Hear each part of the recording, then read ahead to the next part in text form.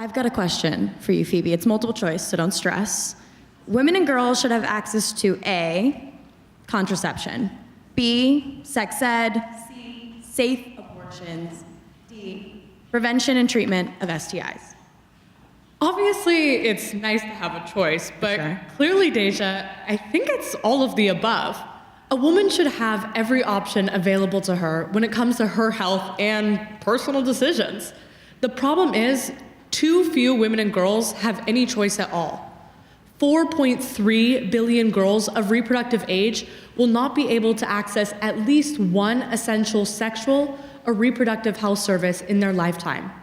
As global citizens, and everyone here today, it's our responsibility to get uncomfortable and speak out about sex, women's health, and power.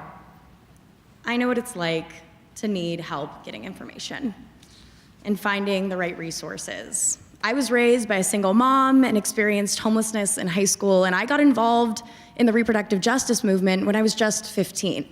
And I realized the sex ed curriculum in my Arizona school district didn't mention consent, wasn't even medically accurate, and so me, my besties, my community rewrote it for our whole district.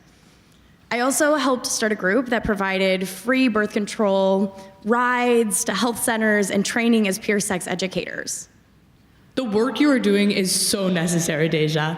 Reproductive freedom is vital here and around the world, as you know.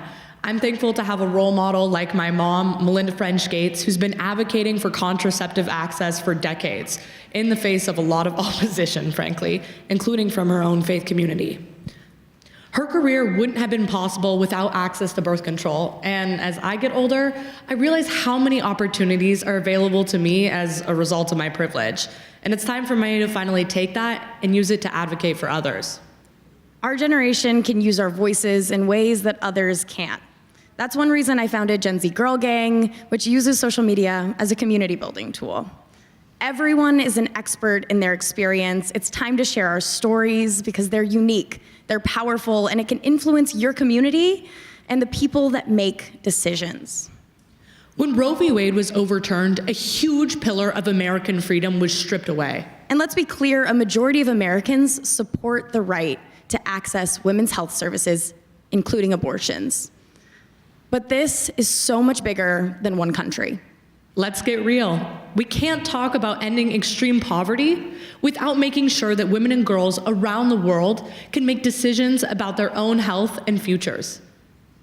I mean, the benefits are huge. Every dollar invested in family planning generates more than $8 in economic gains. So it beckons the question, why aren't our leaders doing more? There's simply no other kind of healthcare shrouded in this much shame. That's why I challenge everyone out there to raise their voice with us. And with the help of Global Citizen. So now I have a call to action for you all. I want to ask you to pull out your phones if you don't have them out already and post or send a tweet to world leaders and tell them exactly why they must empower women and girls worldwide with access to sexual and reproductive health services. There is so much more to say and to do.